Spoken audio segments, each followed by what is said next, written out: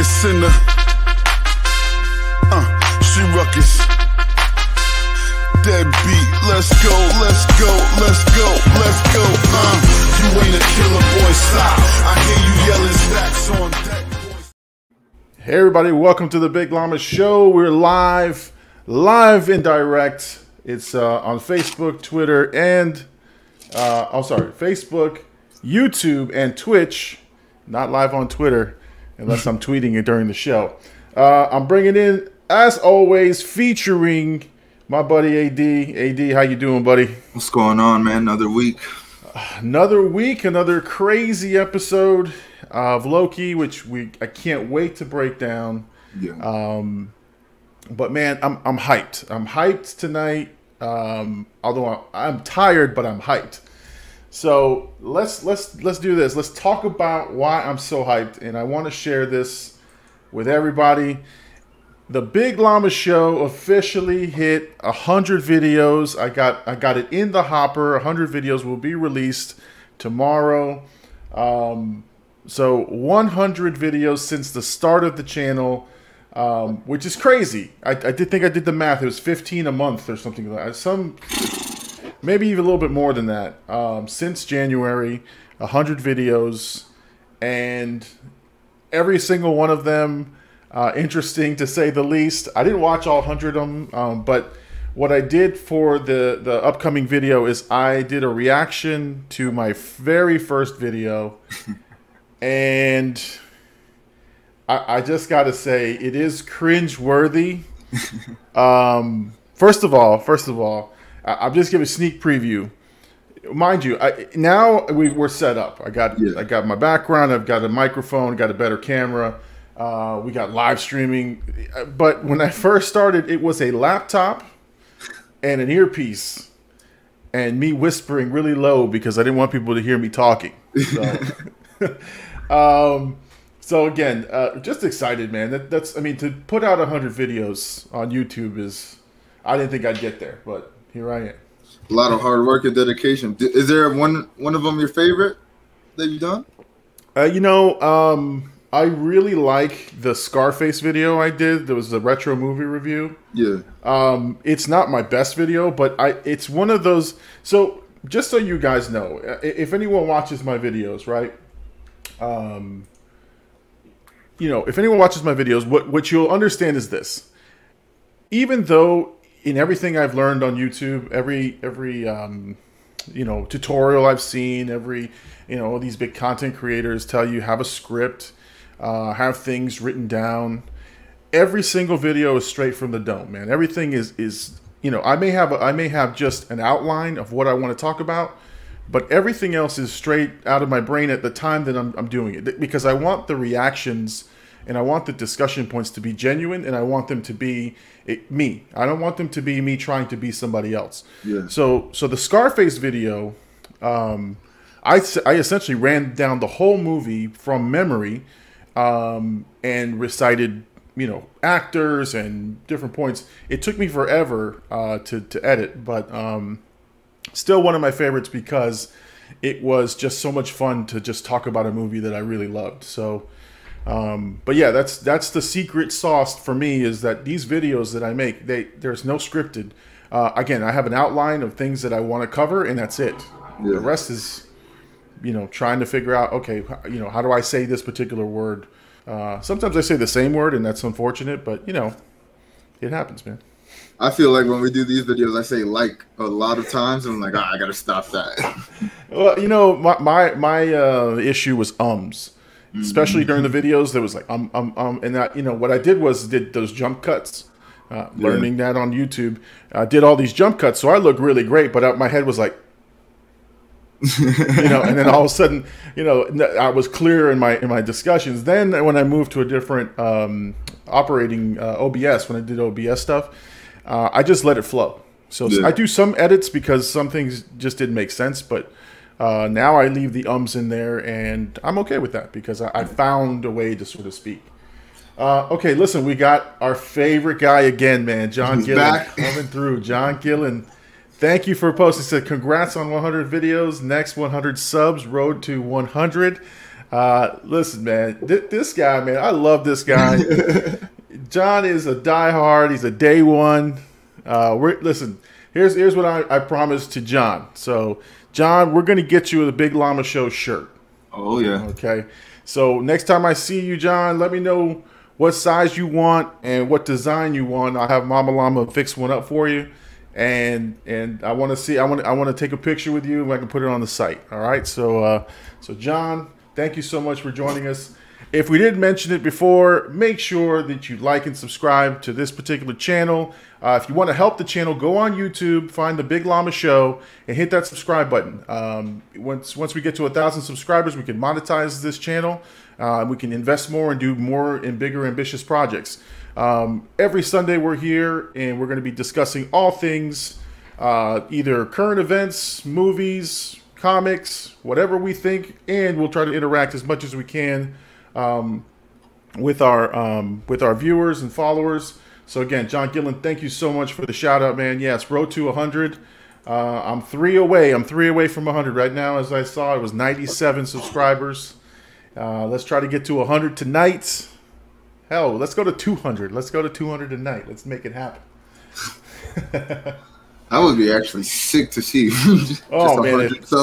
If this now, listen. Now here's one cool thing. We've got 5 viewers on, which is a high for us. So hey, if you're enjoying the show, it only gets better from here. Trust me. Trust me. This is just the intro.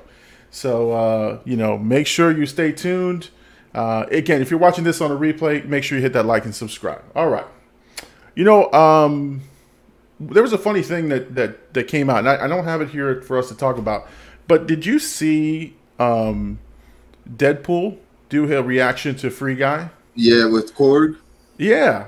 Which is technically his introduction to the MCU. I mean, they let him use an MCU property to basically advertise for a movie that's not even, you know, I think it's an old Fox movie. Yeah. So that to me was exciting. I have a review on that one, a reaction video on that one. So check it out. If you're checking out my channel, make sure you look at that particular video. I thought it was dope because that was a combination of characters I didn't think I wanted to see, but now I would like to see them interact in an actual movie. Oh no, listen, I said I would pay money to watch a movie that he is reacting to. like I would go to the theater and just sit there and watch them, you know, ham it up and make jokes on a particular movie. It'd have to be a movie I've seen before, otherwise I get annoyed, you know. But you know, apparently talking through the movie is accepted because those channels that do these reactions, those watch throughs, man, they get like 20 to 30,000 subscribers, man. They love people sitting there watching movies with them. But if I haven't seen the movie, I don't want to hear from you. So you know, that wouldn't work for me. Plus, you know what's funny too? I thought about it too. I was like, yeah, maybe I'll react to a movie. Maybe I'll sit down and I'll watch a movie. And then I thought, well, my whole brain function says shut up during the movie and don't talk. So it might be difficult for me, but I might try that. I did on my Twitch. I did the like live reaction first time watching this Loki episode, and I was reacting. I was reacting to it, and I kind of I just enjoyed the fact that everything I was thinking of and the stuff that I would normally just write down in our notes for the show, I was just saying out loud, and I was like, oh, this is a dope way to make some kind of content with this. So you never know. Yeah.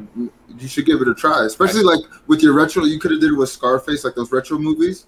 Right. You could definitely do it. Like you said, you already seen them, so now you can actually express your opinions throughout scenes and stuff. Yeah, I think I do that with my kids now, so I think I can do it. But yeah, it's going to take a little bit more investment and time, but sure, I'll give it a shot. All right, listen, we got another comment here from one of our subscribers. Little Llama, amazing stream by the Little Llama. He's shouting us out. If you haven't seen Little Llama, he's featured on 2 videos on the channel. And we're planning to do more. I know KSI just dropped an album, and Little Llama wants me to review it with him. I honestly have only heard maybe 1 or 2 songs from the album, so we're going to do a reaction to the whole album and see how, you know, from the old man's ears and see if I like it, you know, that type of thing. So, Little Llama, thank you for the shout out. You're awesome. Thank you. All right, let's see. Let's move along to the channel here. Let's see. Okay. more. This has become a weekly segment for us. You know, the Big Llama's rant, spoiler alert rant. So I promised you that this story was pretty good. It was terrible at the time, but it's good now because I'm okay. I'm better now.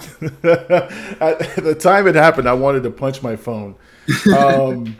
So I'm not stupid. I know that if you go on social media, if you go into these different groups, topic groups on Facebook, and it's Marvel or it's Disney Plus, you're gonna get Loki spoilers and you're gonna get things like that. So now, mind you, this is a spoiler show, so we're going to talk about spoilers for Loki. So when I go through my spoiler rant, I'm not ruining anything for anybody. I want to make sure I'm not the a-hole who does it to somebody else. Anyway, so mind you, it's Wednesday morning.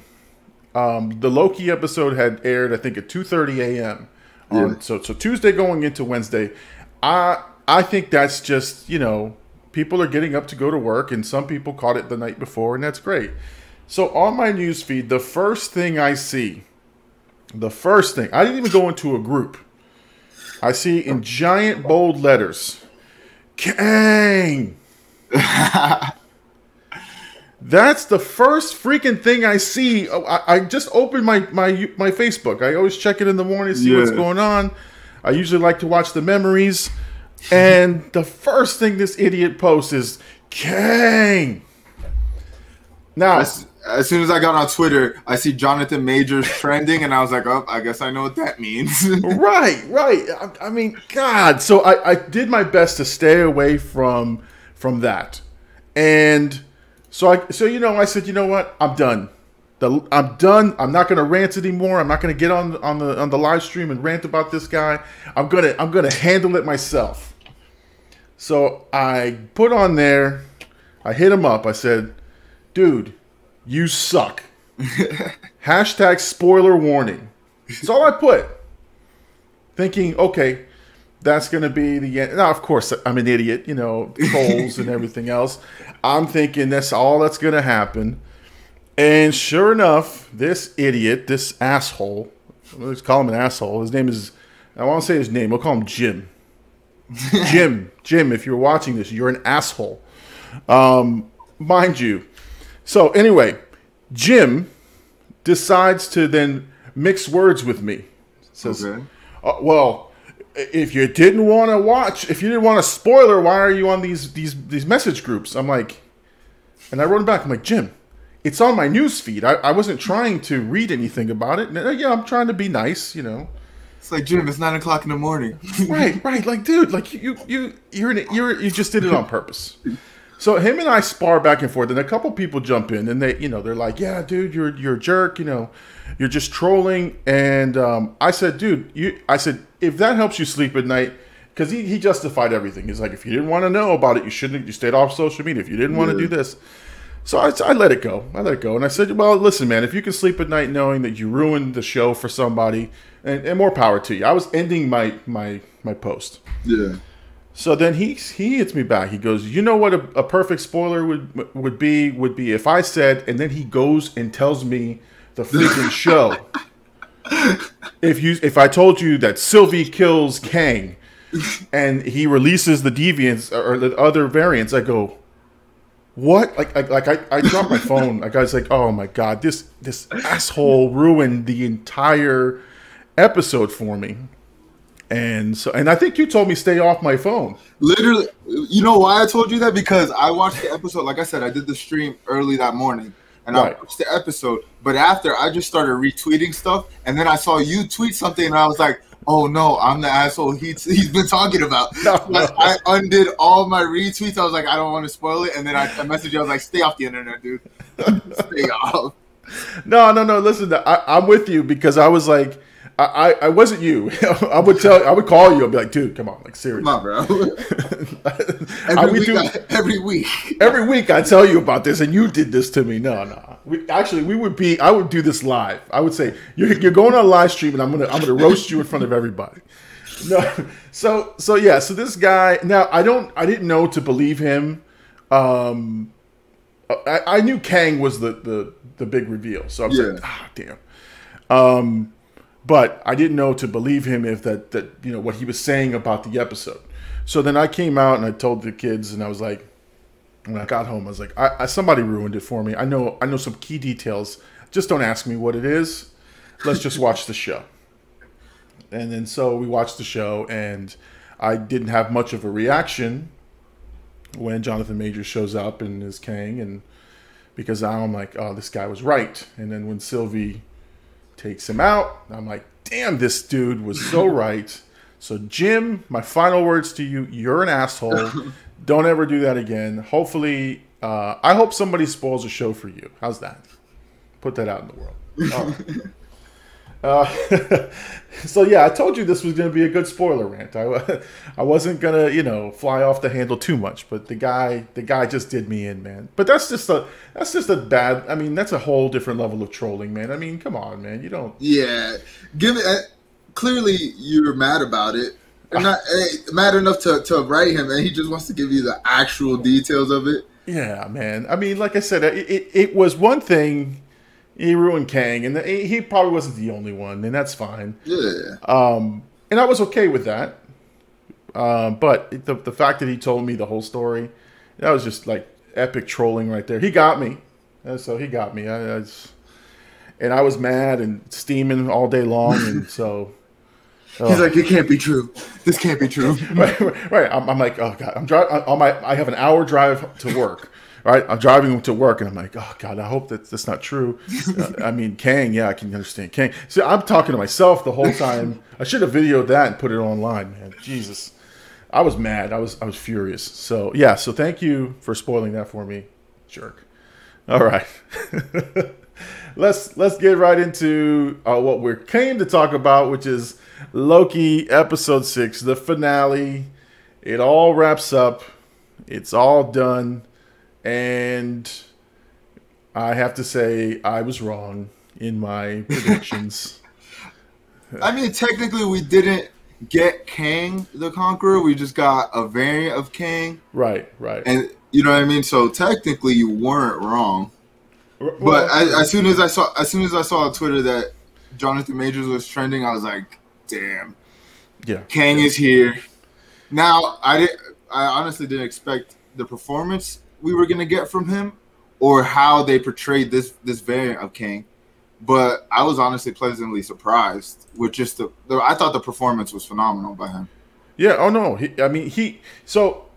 And this is what was great about it was I don't know anything about King the Conqueror other than what we've talked about and some of the stuff that I've been reading, just preparing for the show. So I don't know what he was going to look like. I didn't know his mannerisms. I had no idea. So to me, it was all great. It was fresh, and it made sense. But he purposely ate the apple when he was saying who he was, and it was garbled at the time that I saw it, and I was like, did he say he was Kang, or he was? I think he who is the last, or something. He who remains. He who remains, right? Yeah. So,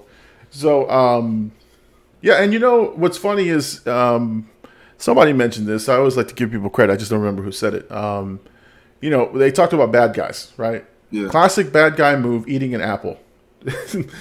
Eating an apple during a monologue, or eating an apple during revealing his nefarious plans.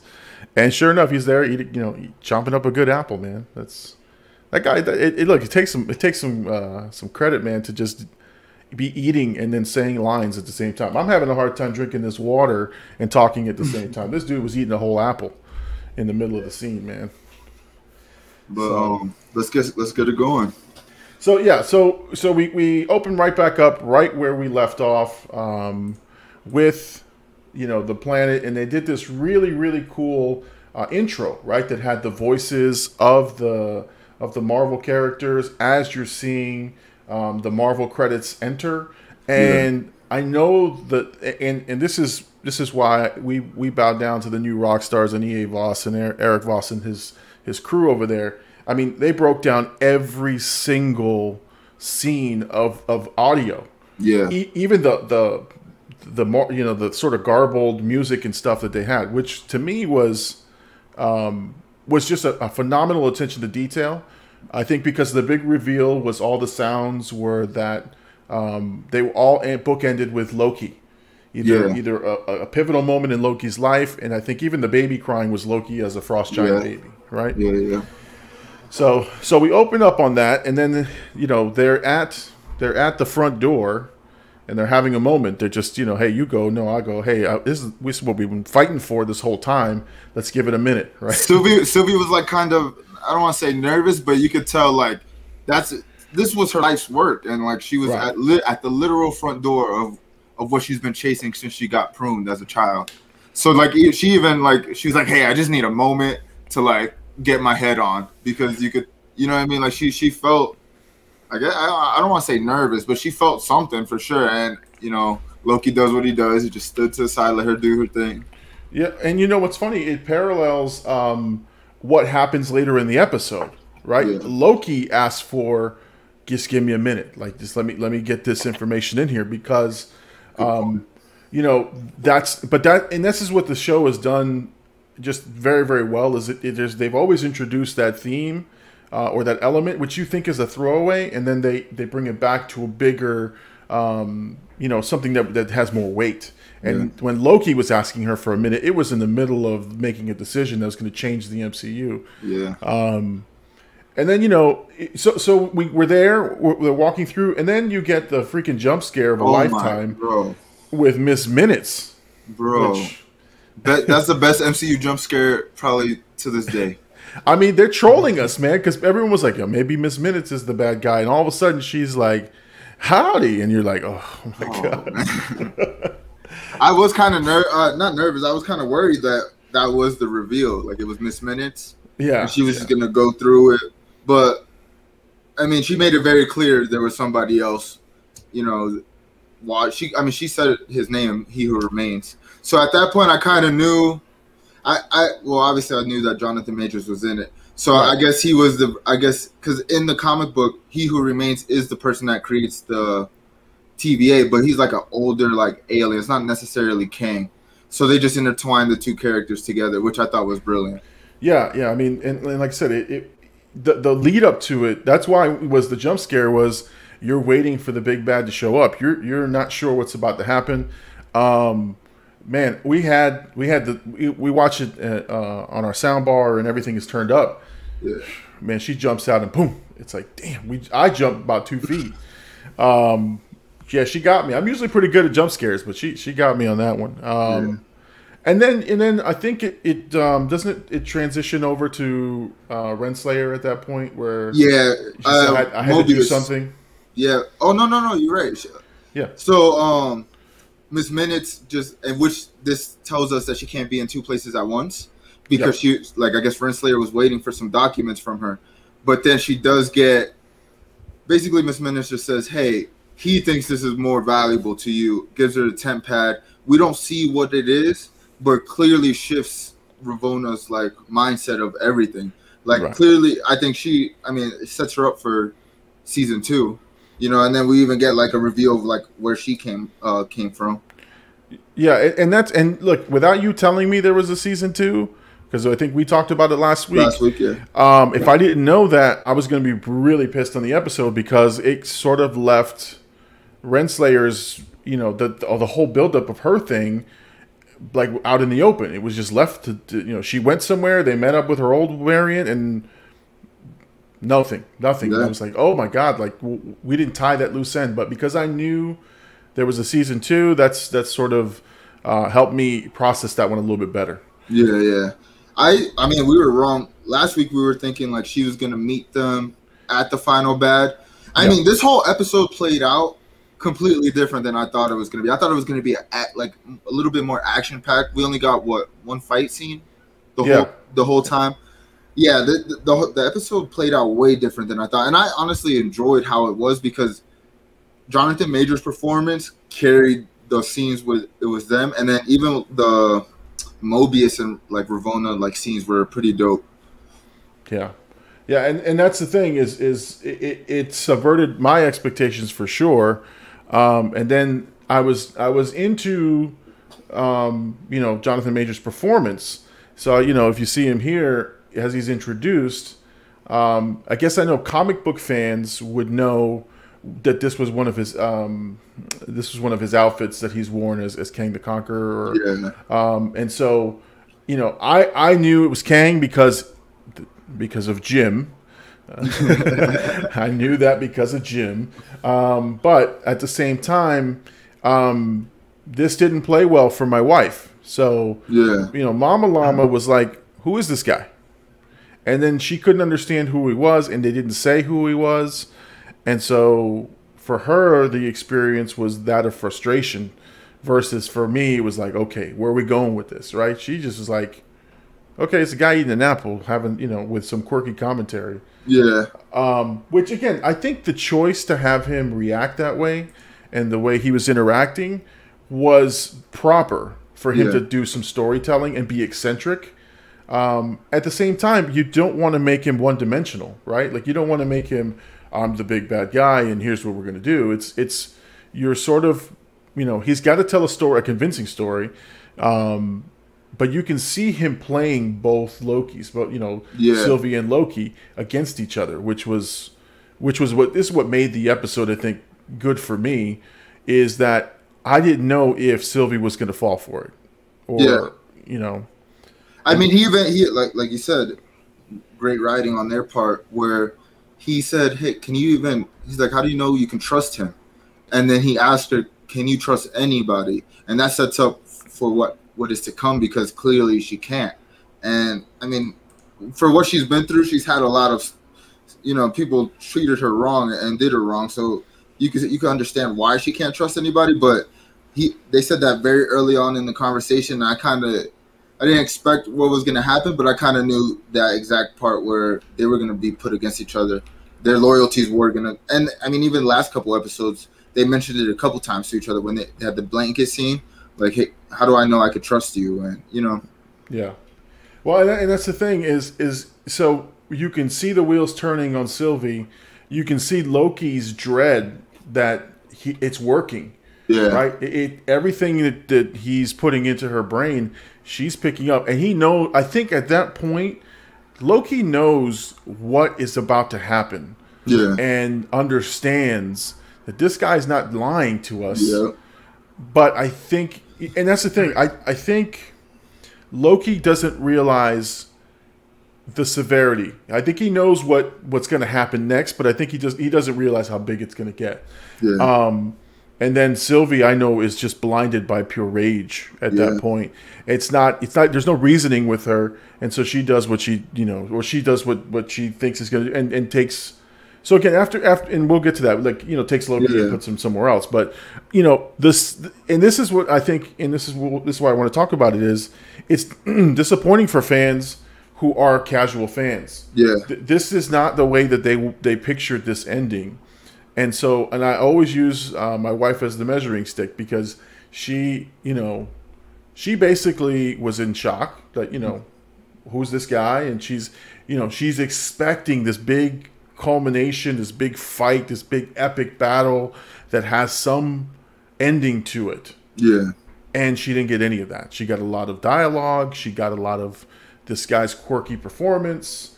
And it just didn't work for her. And that's, I think, what the initial hate was on this finale.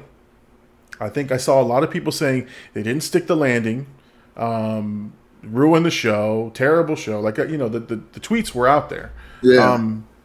But it was casual fans who were saying that. I think the people who love the comic books, the diehards, you know, thought this was the most amazing or episode. even MCU fans. They just know what the ramifications for the whole MCU, because this ending it didn't give us the finality that we wanted for the show. But going into it, like you said, we knew about season 2 going into it. Most people didn't know season 2 was coming until literally the end of the credits, where they did the timestamp. Right. You know, so which is a big aha for some people. Yeah. You know? Where it's like, oh, okay, so there's more to the story. We're not, you know what I mean? Like, I think next season's going to dive into where, I don't want to go too far ahead, but next season's going to dive into Renslayer's backstory. I think we're going to get maybe another version of Kang, you know what I mean, that might pop in. I don't think he's going to be, like, essentially the big bad. I think he's going to be a little different, but it. I felt kind of like I wanted a big action scene. You know what I mean? I was looking forward to a big action scene. I was looking forward to, if we did get Kang, I wanted to see how Kang was going to be portrayed. Right. But for what we got and where they're taking everything, not just Loki, but everything past this, it makes a lot of sense. Like now it makes sense as to why. And somebody brought a great point. Like they should have like not told us Doctor Strange's like a title. They should have kind of hid it a little bit. Yep. And then revealed it at the end, because now we know why the multiverse is there's madness, or like Far From Home. Yeah. You know, now we get an understanding as to why these titles are coming around. Right. And you know what's funny is I think I did see somebody, you know, that brought up that theory and said, what if they would have put like a bogus title on Doctor Strange 2, like Doctor Strange and Mystical Return or something like that. Yeah. And then I think they said wouldn't have been like a huge reveal if in the end credits you see Doctor Strange in the Multiverse of Madness, like just mystified, like you're right there at the end of the episode, and you would have been like, oh no, oh my god. And then but the No Way Home, right? I think it's No Way Home for Spider-Man, No Way Home. I think leads into the multiverse and why you know it's going to be so important. And in here, I think this is the image that we saw that the timeline was splintering and all these things were happening. I mean, but to me, my brain was like, wow, now we're going to have every single character. There's no, it's the most amazing plot device that you can pop in is like, all right, well, this is from the multiverse. This is from the multiverse. Yeah. Oh, why is this actor not playing that guy? Well, it's a new multiverse version, right? It's this variant. it opens up the X-Men coming in. It opens up Fantastic Four coming in, which I think they threw a little. I honestly think they threw a little nod to Fantastic Four at the very beginning, where they showed the two black holes, and there was like a spaceship that flew by. I felt like that was a nod to like the Fantastic Four. Yeah, so I think Eric Voss had said that was the ship that supposedly has Reed Richards and the Fantastic Four. It's similar to their spacecraft. So, I mean, look, I'm not surprised that it's in there, and they're going to put it right in your face because you know they've done it so many times with this show. But no, I mean, so now, you know, so you get to the climactic point. You've got Sylvie and Loki battling it out in front of you know, Kang or Jonathan Major's character, and that to me was great dialogue. It was great, like the tension was there. Yeah, to bring it, you know, to sort of tell you, okay, this is a pretty heavy moment. But again, from my perspective, Sylvie was getting on my nerves. Like, yeah, I can see that. You know, and then my wife said the same thing. So even for me, I understood I understood the rage that she was going through. But my wife too, she was just like, she's just annoying. Like I mean, why can't she listen to reason? Yeah. But again, you know, not being that involved in the story, she just came off a little bit that way. But it's understood. You know, this is the moment she's been waiting for. And I think that was exactly at the front door when she said, "I got pruned before you ever existed. Like I've been waiting for this." Like that, it showed in that moment because he basically Jonathan Major, or like I guess we could call him He Who Remains. He explains what actually happened. So like we kind of get that the Miss Minutes like opening thing about the TVA was like half true. There was a multi-universal war. He explains he's from the 31st century and that he went back in time, or he found a way to time travel. I think he created the temp pad, and then he started mingling with other versions of himself, and he was like, some of them were cool, some of them, you know, weren't, and that's what led to the actual war. And then that's why he created the TVA to like kind of hold all the other variants back, because he saw what could happen. And so like he gives us that explanation, he gives us that backstory to it, and I think that when he's telling them this is where Loki's like, oh, he's not lying to us. And there was a moment where, I mean, he even like pulled out a script of like what they were gonna say, and like so he showed that he knew way like steps ahead of them. But there was a moment after where he's like, I forgot how he worded it, but he basically said like, I don't know what's gonna happen after this point right now. He's like, to this point, I don't know what's gonna happen. Right. Which I thought was weird because it was like, so it seemed like he really did want them to take over the TVA and keep, the Kangs back, but he kind of didn't care either way, Yeah, I think somebody said it was him unlocking free will. Okay. And he said that at that point, but what was great too about that reveal and that point, because it made me think of the entire series. And he said it. He goes, every single road you traveled, every single thing you did was because of me. Yeah. Because I made it happen. And when he said that, I was like, well, holy shit! Like, wow! Like he's if he's as powerful as he says he is, and when he put down the receipts, like, I know everything you're going to say. I was like, wow. So he had a grand plan from the beginning. It makes sense how all these things come together. And I think that's when Loki, realizes that his offer is real. Yeah. If he knows everything and he's laid everything out, then the offer is real. But I think Loki realizes that he may be thinking, or he may be feeling a certain way, but he knew Sylvie wasn't. Yeah. And so he knew that if Sylvie couldn't be turned, then she was going to do the damage. And like you said, it was like him playing them against each other because, I mean, Loki's whole motivation, I mean, up until this show, I think throughout this season, it changed the way we see Loki and how he is as a character. But up until this show, his whole thing was to be a king of something.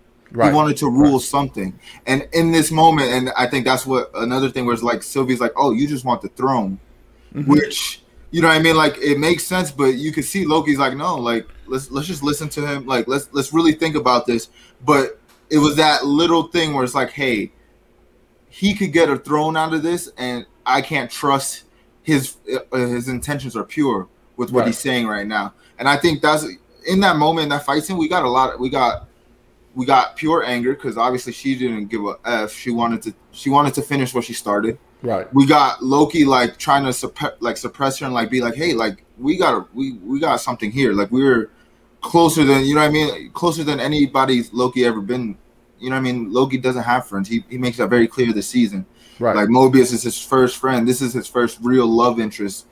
And I think when we get the reveal where she kind of like kisses him, we also got that like sad. I thought it was cool because like they were clearly setting this up the whole season. So like there was that payoff of it, but I didn't expect her to throw him through a time door. No, and that's the thing. That's what was surprising. That's what subverts your expectation. You know that she was going to go for Kang, and she put him through the. It was almost like you can't be a part of this. Yeah. And see you, and that was great. And then Jonathan Majors was an amazing death scene for him. Yeah. That little wink. It's like, I'll be seeing you later. You know. Yeah, I'll see you again. I'll see you soon. Yeah. Oh, I mean, that to me, and then I think he said, I think it's happening. We've crossed the threshold. When he said that a little bit before, though, you can see like the timeline was breaking before they even fought. So that's where I was kind of confused as to like what was causing those rips of the timeline before that moment. You know what I mean? Or did he have it planned where it was already going to break apart? Yeah. And she just put the finishing touches to it? Yeah, I think them being there was a decision point. I think that was the decision point to say, okay, if it goes according to plan, they carry on my mission, and they prune these lines. If it does not go to according to plan, then the timeline is severed, and that's it. The multiverse is there. So the episode. I don't want to miss Ravona's part, right? Yeah. So the episode slips away a little bit to Renslayer. So let's just talk about her briefly, because they left her very wide open for interpretation and for the next season. But they did go and meet the variant or the original Renslayer. And there was a lot of confusion. They were at that high school. Yeah, which was on the pen, so like it paid that off earlier. I thought it was a brilliant way to reveal like to the TVA agents That was it. That they're variants, because they were chasing B-15. So clearly Mobius and B-15 had this plan of like, hey, let's just show. We can't tell them. We just got to show them. Right. And I thought it was a brilliant payoff. They get into the school. I guess I'm thinking she's the principal of the school. Yeah. Because she said, why are you in my why are you in my school? Why are you in my school? Her name was like Rebecca. You can see it on the thing. So her name's not actually Ravonna. And I think, and then I can't remember what her name is, but I know that her name on that diploma was a previous version of her in the comic series that dates Kang the Conqueror. So, so the links are all there. It's not like there's anything in there that they were trying to set you up for something different. They're paying that off for the Kang the Conqueror reveal. So, yeah, I think, and so whatever that was on the temp pad that Ravonna seen was leading her to like, hey, I got to go meet this guy, or you know what I mean? Like I got to go figure it out. And I'm kind of curious as to, because obviously Jonathan Majors dies, or this version of him.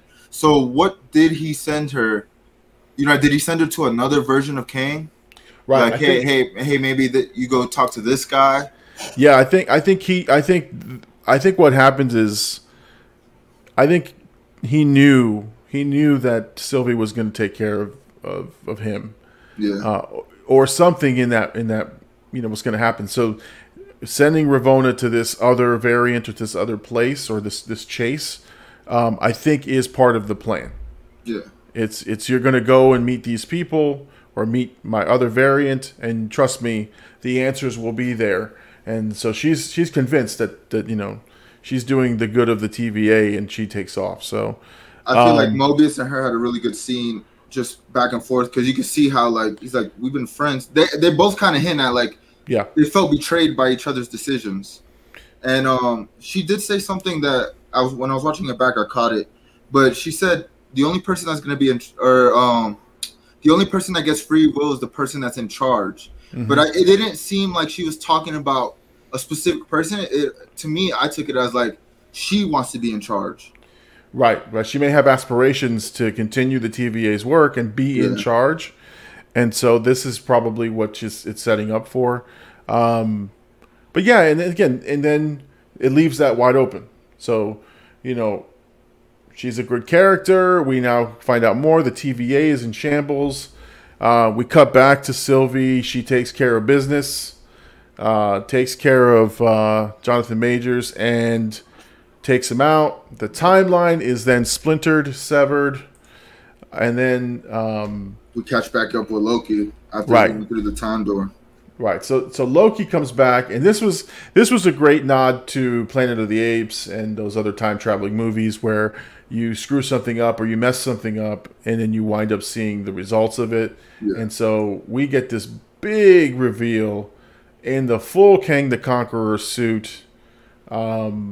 That he is now the statue of the Timekeeper in the TVA, and he's in control. And I thought that was a great, ominous way to say it's over. Like it's time. It's his time, and you guys are now in for it. So, and it was heartbreaking to see that Mobius didn't know who he was, because this is, and that's the other thing. Now we can speculate: is he in another timeline?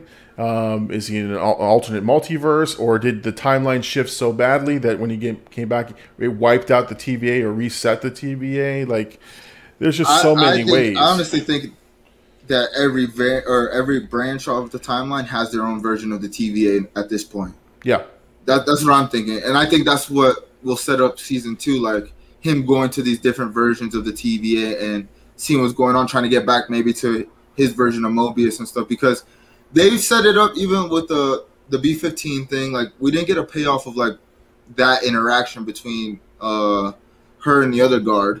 You know what I mean? Yeah. Mobius, even Renslayer, like tried to call one of the like guys to come get Mobius, and he's like, I don't think that will be necessary. I don't think that's gonna work how you think it is. So like they're setting their characters up to still be a part of the universe, still be. So I don't think that it was a complete wipe. I just think he is in a different TVA that is controlled by, I'm guessing, Kang, the actual Kang that we're going to see as the villain.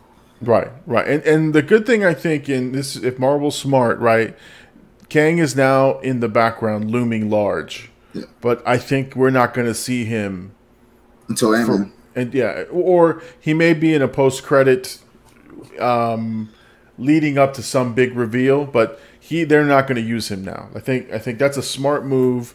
You've introduced him. He's looming large. It's like the Thanos reveal in Guardians. Like, you just saw him turn his head, and you're like, who's that? So I think that's a great move by them. And now everything revolves around this guy. Yeah. You know, the events that are happening in Shang-Chi, the stuff that's going to happen in the Multiverse of Madness. You know, when Ant-Man finally hits, and this is weird because the Ant-Man, I would think, I love the Ant-Man movies, but they seem like they're almost standalone movies. You know, like they're their own world, and they have such quirky characters, and they're fun. Like, they're putting some heavy weight into that movie, the Quantumania, right? Like, but I think that's why, because Ant-Man deals with the quantum realm, right? And then in the comics, Kang does have his own version. I believe that it is like a city or something that is in the quantum realm. So I think that's why they're doing it. But with the Kang, the interesting about Kang being like this next big bad that we get. And I mean, they set it up here too. Like, there's going to be an infinite amount of Kangs. We're going to get different versions. I mean, we got this version of him, but they'll, like, the main Kang will probably have like a more ominous, darker tone.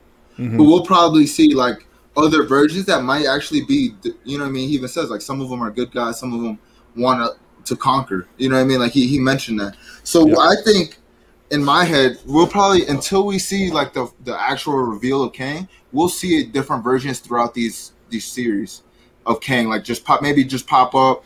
Maybe they'll trust like one, like, hey, he might actually be a good version of Kang that can help us, because I think it's gonna take a Kang to beat the Kang. You know, that might be the big reveals, you know, coming up. But I think what's going to be cool is to see that how these other villains, because they're going to introduce other villains, maybe how they're working with him. And how he's orchestrating the plan from behind the scenes to lead up to his reveal or his big movie moment. But yeah, no, it's amazing how you take this character and this show and you make it this. I mean, I realized that Loki was important. Like, I knew it was an important show for Disney Plus. Yeah, I didn't realize how big it was going to be. Like, it changed everything. Yeah. Everything is now different. The shows moving forward will be different, and they're all going to be impacted by this multiverse. Yeah. So I think that this is just an amazing move. Somebody had said, and I agree with this thinking. Is Disney setting up too much, where you have to be a big fan and watch the shows in order to get the movies? Now, I don't think that's going to be the case. I think there's going to be enough exposition in most movies that you can get what the point of the movie is. Yeah. But this does enhance the viewing experience of a movie. It definitely changes how I see the movies going forward, because I'm going to know and understand that there could be potential for different characters to show up, and it's not just and it's weird. I never thought of things as linear, right? Like, okay, here's the story going forward, and then we go back and jump in time. But now I'm thinking about variants. I'm thinking about different characters who can show up in these different shows. How does that affect Captain Marvel? You know, she's got a movie coming out, The Marvels. How does that affect the shows? The Hawkeye show, all that stuff. So it's amazing. But, I don't think that Disney or Marvel would make it so difficult for you to follow, that the casual fan, because I don't know, again, the casual fans probably watched Loki because there wasn't a lot of Marvel out there. But moving forward, are you going to watch Hawkeye? Are you going to watch She-Hulk? Are you going to watch all of these shows coming out? But to me, I'm in. Like this. Oh, yeah. This set me up. I'm like, all right. I wasn't, Hawkeye wasn't that excited. I'm excited now. All the shows coming out. I am now. I even want to go watch Agents of S.H.I.E.L.D. because I didn't watch that show. Yeah. And I heard that it's got similar, not similar, but it's got a great tie-ins to all the different things you didn't know about between the movies, and so I'm gonna go check that out and rewatch that. So I feel like they could be setting up too much, but I also feel like they have like a formula that is working for them and is continuing to work. They even said, I saw it somewhere that I think Kevin Feige came out and said it, but they had like a massive meeting about the multiverse and how the multiverse is going to work. So clearly they're like, hey, you know, whatever writers or whatever show producers or any, they're making it known like this is what the rules are for what we're building here. You know, make your story fit into this. Yeah. So I don't think we'll get like any flops or anything out of it, but I do agree with you that you have to watch these shows, because before this, everybody was like, they're not going to show a big bad in these Disney shows. They're not going to introduce major plot points, but they literally introduced the multiverse through a Loki show, which nobody saw that coming. I mean, I think WandaVision set us up to where we were expecting Mephisto, and since we didn't get Mephisto, I felt like a lot of people weren't thinking we were going to get Kang, because there was so many nods to Kang throughout this whole series where it's like, oh, he has to come, but the Mephisto thing kind of led everybody like, I don't know what to think. So like, I thought it was brilliant how they did that, even, you know what I mean? And then not the Civil War, but the Captain America and the Winter Soldier show that just came out. Yeah. Oh yeah. That show was so far from like anything from the movies. I mean, we got a little bit of like story building for them, but it wasn't like, I think WandaVision and this have a little bit more implications to what's coming in the MCU, you know? So it's pretty interesting. It's going to be interesting to see what they do with these. Yeah, I think Falcon and Winter Soldier was its whole premise and its whole point was to set up, Falcon as Captain America. Yeah. I think that was something that they couldn't have done in the movie. I don't think, and this is, they gave it a whole series, so they gave it a longer version of a movie. But I don't think it would play well a 2-hour movie of how Falcon becomes Captain America. Yeah, I think what this did was, and I think they're building with these, who is it, the U.S. agent? The fake Cap, as I like to call him. Him being recruited. So this starts to open this other sub story. Even the end credits of Scarlet Witch, I heard, sets that up a little bit more as well. Yeah. Oh yeah. No. You talking about Black Widow? Oh yeah, Black Widow. Sorry. Yeah. No. So no, and that's what I'm saying. Like they're recruiting this team, so I'm invested in the team that they're building and why. I don't know why they're doing it. I don't know who this lady is. Victoria, I think her name is as a character. But I'm hooked. I'm like, all right, who's she gonna get next? And then that's where it leads into the Hawkeye series. The big reveal was that the next target is Hawkeye. Yeah. And so I'm like, oh yeah. How are they going to go into Hawkeye's world? And now I want to watch that show. So So again, this is the brilliance of Marvel. Why I say we pray at the Church of Marvel, because their storytelling is just beyond anything I can imagine. I wish I was creative enough to put these things together. And so I'm hooked. And I cannot wait for the next episode, the next series. The fact I got to wait till maybe 2023 for the next Loki is killing me, but it is what it is. Like, there's going to be movies in between that I'm going to get to see. There's other series. There's the What If one that's coming. Yeah. There's just a lot of stuff. So, kudos to Marvel for making us, addicted to their product, right? It's like crack, man. It's like, I can't get enough of this Marvel stuff. Look, I mean, we're doing shows on it. I mean, on the YouTube volume alone should show you and tell you that this thing's got legs, man. I mean, there's at least I can get like 100 to 200 reactors that are watching the episode. There's countless Easter egg and breakdowns and live streams like this one that are just look, we're talking for almost an hour about a show that's already ended, and we're excited to see more. Yep.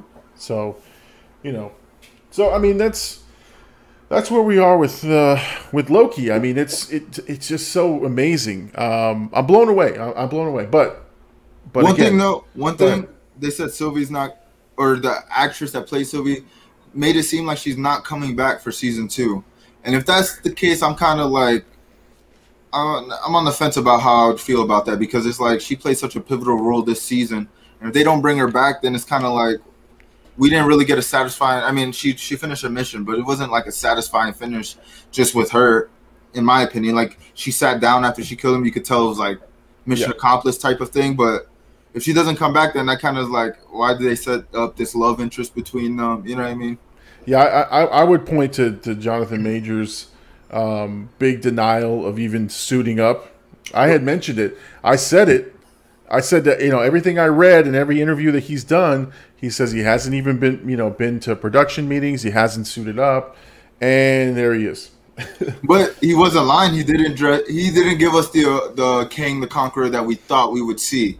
Well, so technically he wasn't lying. Technically, he wasn't Kang the Conqueror, right? He wasn't. And yes, he doesn't wear the blue uniform, the blue face and everything. So technically he didn't lie, but you know, that's just Marvel's way of getting you, you know. Yeah. Listen, and for the money he's going to be making to do all these, you know, I mean, I would be the same way too. I'd be like, no, hell no, I'm not the big llama. I have no idea who you're talking about.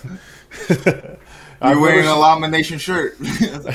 I've never suited up. I don't know who this guy is. You know, I got this shirt in the mail. You know, I'm just excited to see his performances in the future of like how the different versions of this character we're going to see, because clearly he's got a lot of range. Yeah. Oh no, I think he's a classically trained actor, and he's done all kinds of stuff. And yeah, I mean, and I know Marvel would not invest in this guy if he wasn't a top-notch actor. Yeah. Even though I don't know him. Personally, I don't know of anything that he's really done. I knew, you know, I remember they mentioned the name and we saw the picture of him, and I'm like, okay, I've never, you know, it wasn't a big name, wasn't anybody that I've seen before, but I was like, they're not going to pick some scrub, you know, to take on the next big villain.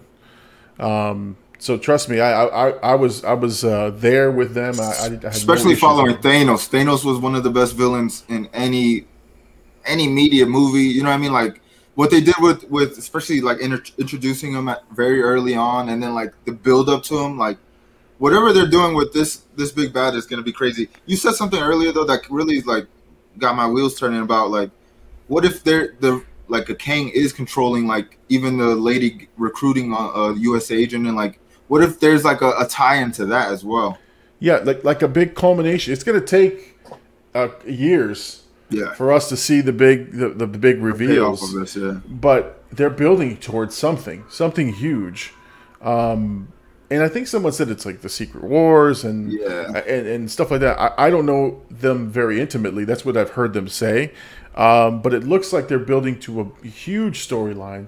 We're not even at the point where, I mean, if you think about it, Nick Fury is up there with the Skrulls, right? Or in space, in space.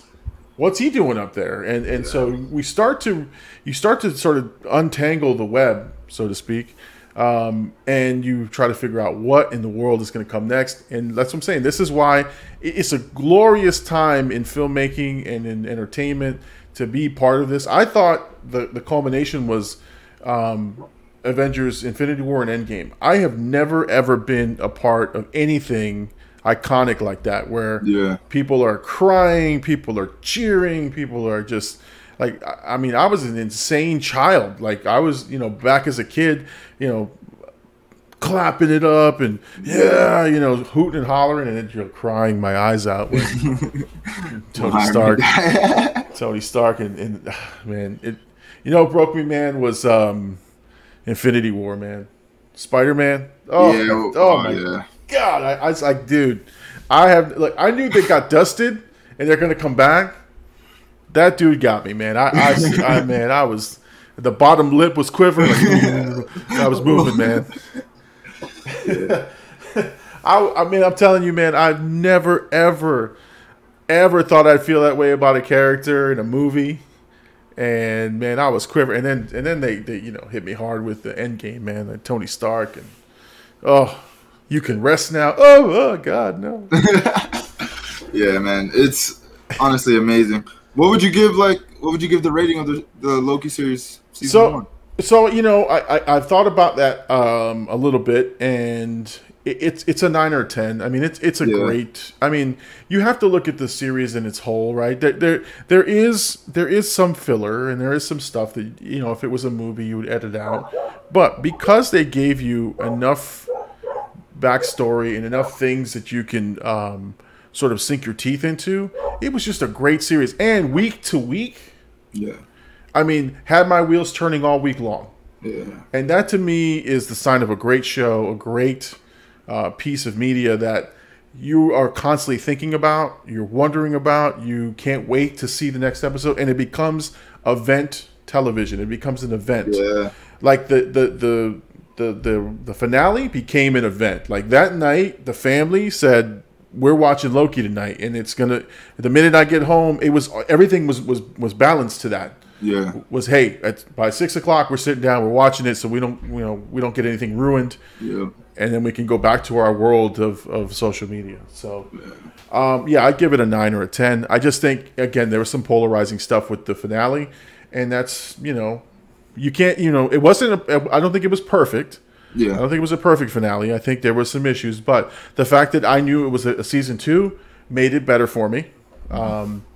Otherwise, I would have given it a way lower score if it was just a one and done. But no, season 2, I'm excited. It opens up so many things. Now I'm waiting for that stupid Spider-Man trailer to drop so I can put that up. And I honestly thought they were gonna drop it within the next week, but I mean they're toying with us now. Now it makes sense. And here's the thing. Now this is why it made sense for them not to drop the Spider-Man trailer. Is obviously now the timelines are now suitable for 3 Spider-Man, right? Yeah. For Doc Ock to come from the Sam Raimi movies. But do you think they're gonna show the reveal of them? No, I think Andrew Garfield and Tobey Maguire in the trailer.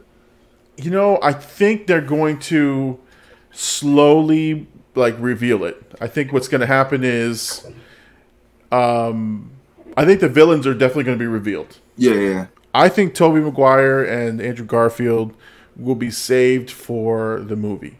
I think they may hint at it. You may have, is that or isn't it? But I think that's going to be saved for the movie because I don't know. It would take away so much. I'd love the fact that they tease it all the way until the movie comes out. It's only to December. Yeah. So you've got 4 or 5 months before you have to, before you get the movie. I don't see. I wish they would not, show a whole lot. Again, if they show me Doc Ock, he's already confirmed. Yeah. That's Jamie fine. Foxx as well. Right. If you show me the new suits that Tom Holland will be wearing, I'm fine with that.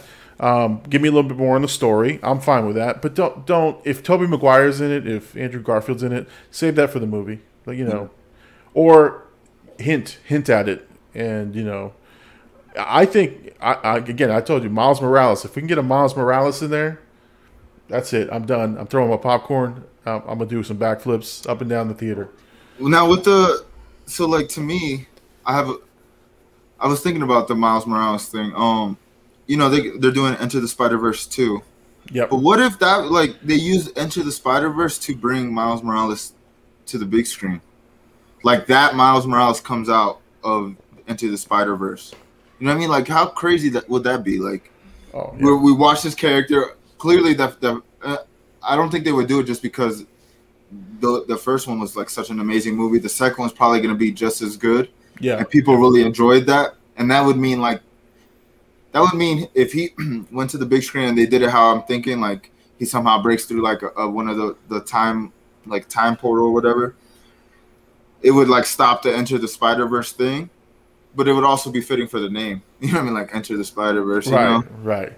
No, I think it would be. It's one of those things that I think I want a version of Miles Morales. I just don't want it. I don't want it to be the same one from the Spider-Verse, Into the Spider-Verse, because you have to leave. I think, my opinion, you have to leave that guy in that world, and it works with those, jumping through the portals and stuff. Yeah. It works so well, and people, love it. Obviously, I don't know that it works with the multiverse. I don't know that it works with you know, with this whole new setup. But if I can get a Miles Morales on his own, right, introduced in the, I think that, you know, that would, to me, if they revealed the 3 Spider-Men in the movie or even in the trailers, I think Miles Morales is the wild card that may come up. Yeah. Just my thoughts, because he's become a more popular character since the Spider-Verse, and I know Marvel is doing a big diversity push. So introducing a Miles Morales version of Spider-Man, I think helps that. I think it makes me worried though, because I mean, this is the 3rd Spider-Man, right? Yeah. I mean, think about the 3rd Spider-Man from the Tobey Maguire series, the Sam Raimi ones. Mm-hmm. It was like too clustered with characters, you know? So it's like almost like, are they repeating the same mistake by throwing all these characters in, or did they find a formula that they feel will work with all these characters, you know? Like how would that work? Because if we get the other 2 Spider-Men, I don't think there's room for Miles Morales, to be honest. And I would rather get like either the 2 characters or get a Miles Morales teaming up with our Spider-Man. I think what we learned from, what was it, Spider-Man 3? Yeah. The Sam Raimi Spider-Man 3 is that, you can't do story on that many characters. No. Right? I think you had Sandman, they had Venom, you know, they just had too much. They had Tobey Maguire wear the black suit for like half of the movie. Yeah. And then I think that was just, there was just so much, because Sandman on his own, his story is kind of boring. Yeah. The way that they did Eddie Brock was kind of boring, and they already have now a better Eddie Brock and the better Venom, and he's got his own universe, right? Which again, that could be, you know, and we gotta think too, like this Sony contract with Marvel. I mean, at this point, they can just give Tom Holland to Sony, give us a Miles Morales for the MCU, and they can coexist, because now we got our actual multiverse, and now you could see Tom Holland with that Venom against those, like, I mean, because Morpheus is coming out, the vampire stuff. So it's like they're clearly building their own Spider-Verse over there. So now that, I mean, there's so many options with this. Multiverse literally opens endless possibilities of what we're gonna see on screen. Yeah, I think Tom Holland's the wild card, because he is basically Spider-Man. I mean, he's what you would envision to be Spider-Man. Yeah. And so it's going to be difficult which way they swing. You know, I was going to say, I wasn't trying to do a pun. Which way they swing them. But honestly, that's the problem with Tom Holland, is he's become so iconic in that character. Yeah, I know Tobey Maguire is, you know, the original Spider-Man in the modern time, and you think, but Tom Holland is just like Toby who? To a lot of people, to a lot of the younger folks, they don't want to see. In fact, they clown Tobey Maguire because of that bad dancing scene and how terrible that's. I mean, he's a meme on a lot of things, right? He's Bully Maguire, the meme. So I think Tom Holland does such a great job that I don't know that they can keep him in one universe or the other, but they got to bring some closure to him in some shape or form. I think he can sign on to do like 10 movies. They're just not going to have to. They just can't feature him. I think in the MCU, moves to a more cosmic, dimensional sort of playing field, and so I think that removes Spider-Man from the equation. I think you've got Fantastic Four, you've got X-Men, you've got all of these properties to play with, and Tom Holland isn't useless. He'll just do his own thing with Sony in the Spider-Verse, and they've got their own world for him to sort of work on, and I think that's just what's going to happen. If I were to predict it, because again, Spider-Man doesn't belong fighting cosmic characters like Kang and like these other things. I think he's more grounded in these more realistic type characters, cartoonish villains who do like the ground level thing. Another thing too with the Netflix series, like the Daredevils and stuff. I feel like this also opens a way to bring those characters back. Oh yeah, in some form. You know what I mean? In some way. Yeah, Kingpin. You've got the Daredevil. I mean, you've got all of these characters with the superhuman abilities, but they're just not. We're gonna call them cosmic. They're just not cosmic. They're not, gods. They're not impervious. These are people that can get hurt. These are characters who can be broken, and so it's very difficult to believe that a Spider-Man can hang, with a Kang the Conqueror. I just don't think, I don't see it that way. Now, Doc Ock, sure, he's a scientist who's got bionic arms. Yeah. Okay, that works. A Rhino, he's a guy in a Rhino suit. Okay, that works. Who's whoever the Dormammu or whatever he is from Doctor Strange. Yeah. I don't see Spider-Man matching wits with the Sorcerer Supreme. It's just not going to happen. Yeah. So, but it is what it is, man. I think just so many ways they can go. All right, we got a few minutes. I'm just trying to just talk about one more topic that I had reserved here for us, and it's just we want to get topical, right? So we had talked about Black Widow last week, and how some people felt like it was late. Yeah, they were late to the party, and that's fine. And then the newest movie that came out was Space Jam, right? That's the big one this week.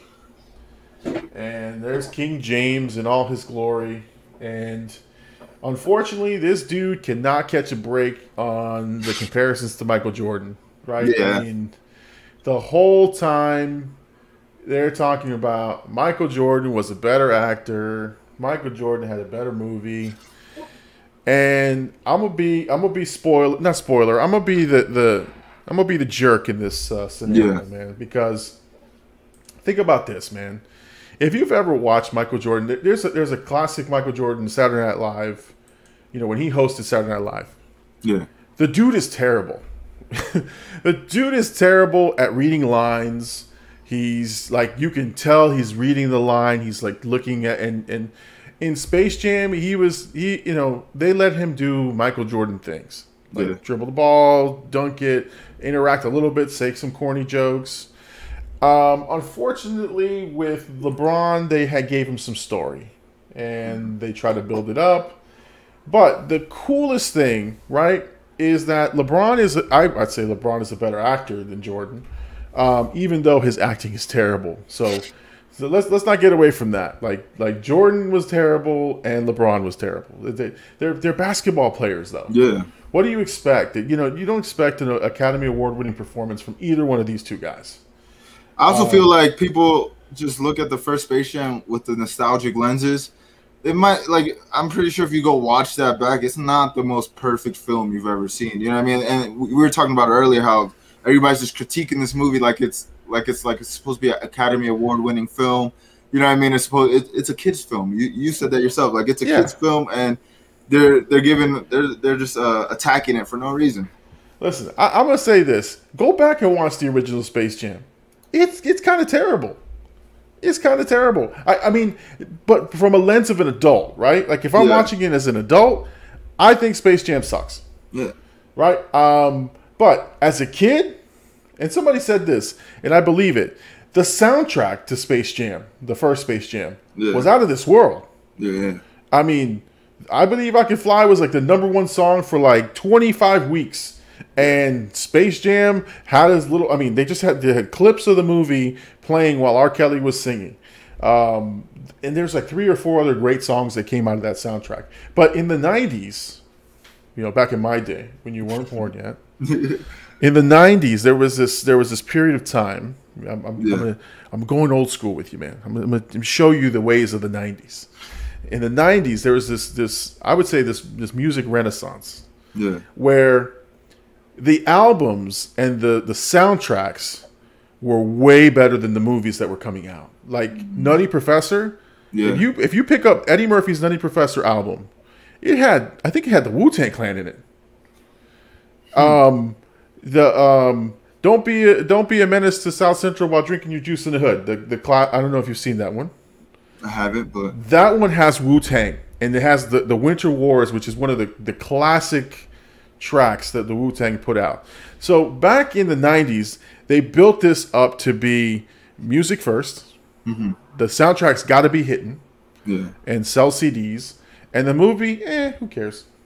Who cares if the movie's that good? The soundtrack's going to sell. And I'm telling you, Nutty Professor and Don't Be and then there's The Bodyguard. There's Waiting to Exhale. I can name 100 movies. You listen to the soundtrack, all classics. Every single one of the tracks in there are classic. So I think Space Jam, the original, had that going for it. If you go back and look at it, it's a fun movie for kids. Yeah. So now the one thing I will say, and this I've heard it said about this too, is that this is a giant commercial for LeBron James. No shit. It's LeBron James. It's his brand. It's his movie. And they were like, well, the Looney Tunes were just on the side. I'm like, they were on the side for Jordan. It was Jordan's movie. Yeah. Looney Tunes just happened to be in the movie with Jordan. It's the same thing here, man. The only thing I would tell you, because I know you haven't seen the movie. Yeah. Only thing I will tell you is it is riddled with Easter eggs. So many that you have to watch it again. Now, there was one criticism, which I agree, is they have a lot of Warner Brothers properties that show up in the movie. I won't tell you which ones, but the ones that show up are like really bad people in costume, like cosplayers in the background. So you go, oh, that's so and so, and you're like, oh no, that's not really him, but it looks like him. And somebody made that like they look like bad SNL characters, and I was like, you know what? They're right about that. But again, are you a kid watching this movie? You're going to freaking enjoy it. You're going to love it. The visuals are amazing. Yeah. You're an adult watching this movie. You better have a kid with you or you're a pedophile or something. I don't know. You're watching movies with kids. But, you better have kids with you because it's for kids. It's made for kids. And, yes, it's a vehicle for LeBron James to sell sneakers. I'll tell you what. I want to buy me a Toon Squad jersey. And, man, he was sporting some kicks that I want so bad. I probably can't afford them. They're probably like $200, but I feel like with this movie, and you said earlier about the comparisons to Jordan, it's almost like he wants to get compared to Jordan in a lot of ways. Because why else would you do this, knowing that the legacy you already get compared to him on a daily basis? So you do the second of this movie of a movie that he did that, you know what I mean? It was bound to get hate. Yeah, and I also feel like the people who grew up watching the first Space Jam wanted it to be for them because they grew up watching it, but they're not looking at it like this is for the next generation. It's not necessarily for the people who've seen the old one. Right, but the jokes, honestly, the jokes and the references are all for those '90s kids, the ones who grew up watching Space Jam. It was a nod to them, and it was, like I said, I just think people were just unfairly beating this movie up. Some people were just like, I can't stand LeBron James, he's terrible. But why? Did you see the movie, and why do you hate him? And he's a polarizing figure. I mean, he's not as beloved as Jordan. Like Jordan is for all. Like Jordan was a jerk, and he said it himself in his in that The Last Dance. Yeah, he was a jerk about how he went about his business, and he was ridiculed by some of the community because he didn't support certain African American topics, or he didn't support some of the movements at the time that were crucial because he wanted to sell sneakers. And so Jordan was polarizing too, but he was more beloved than LeBron. And LeBron has done some things to himself too. He's very active on his social media. He has very, very high opinions on things, and it just polarizes people from LeBron. So I get it. I get why there's some hate there. But honestly, if you're looking at the movie, it's a movie and it's nice. It's better than some kids' movies I watch, and I've watched a ton. So trust me. Trust me when I tell you, if I'm saying the Big Llama recommends it, it's a good movie. It's decent. It's not Godfather. It's not the Scarface. It's not these if you're looking at it in that lens, you're terrible anyway. So anyway. So yeah, that's essentially some of the stuff going on this week. Anything else, man? Anything else you can think of, man? Nah, but it's bittersweet that Loki ended because now next week is going to be a totally different show. Well, of course, man. You and I talked about this after the last show. Yeah. If you guys don't know, AD and I sit down right after the show ends, after we go live, and we talk about the show and how we're doing and everything. And yeah, we were like, yeah, man, Loki next week, that's it for us, man. And it's not that it's it for us. We're going to continue to do this every week live, Sundays, 10 p.m. We may change the date around a little bit because we want to be a little bit closer to the topics. So if there's another series and it comes out on Wednesdays, we might do this Thursdays. But we'll release the schedule. But yeah, you know, AD and I sit down and we talk about how Loki's going to end and what are we going to talk about. And listen, we are very, very excited about the next wave of live streams because one, we can do what we just did here. We talk about some topical themes about the week, what's going on, you know, and there's just so much that we can unravel. There's going to be trailers that come out, movies that are coming out that we're going to have opinions on, predictions, and hopefully we get more and more fan engagement. So if you're watching this again on the replay, try to join us live. We'd love to hear from you. Our goal, I think, and we've said this you know, before privately, actually we've said it, is our goal is to have this live Sunday nights to be fully interactive with the fans, with the subscribers, so that we can talk about the topics that you guys want us to hear or want our opinion on, and that way we can have a good discussion. And it's just a whole lot of fun when you can interact and watch something that's part of what you want to hear. So that's what our goal is. You know, any parting shots, AD, before we wrap up production? Just like it, subscribe, get this man to 100 subscribers, and we'll see you next week. All right, I'll do this parting shot, and again, I want to do this. This is my wrap up spiel. So what I've come to find out, and I fanboy a lot on Twitter. I'm using Twitter a whole lot more. I want to shout out a couple of people. I want to shout out the Real Rejects, Greg Alba and John Humphreys. Those two dudes, again, with 800,000, almost 1 million subscribers, you know, liked my tweets and retweeted one of mine, and just, you know, just little things like that, man, make this journey all the worthwhile. And trust me when I tell you that, you know, seeing someone with a high level of success, you know, there's Akasan and a couple other guys who I watch to just, I think they're like celebrities. I watch them all the time. Yeah. And to have them like my stuff or interact or even just acknowledge my existence in this YouTube world is all the validation I need to keep pushing forward. So it's almost like you're on the right path. I had an experience real quick. I did have an experience this weekend. I went to a comedy show for this guy named Andrew Schultz, who I've been watching him on. He has a podcast called Brilliant Idiots, a podcast called Flagrant. I've been watching him every week for years. And his cameraman, which he's like also kind of on the podcast somewhat, but he's like kind of like he's like a super producer, really. He was just walking around the comedy show, like, because this guy films all his stuff, you know. And at first I seen him, I kind of froze. I was like, man, I gotta like go just shake this dude's hand or something. And he walked by one more time, and I followed him. He's like, yo, what up? Shook his hand, told him thank you for everything. And he even like hit me on Instagram because I had posted a picture of the thing, and like he just like commented back. But I was telling my friend, I was like, yo, like, in a weird way, I exist in his world now, just like he exists in mine. And like, obviously I want to get to that level. And he's somebody that I look up to as a person of color. Like to just his story was amazing to where he was, to where he got to.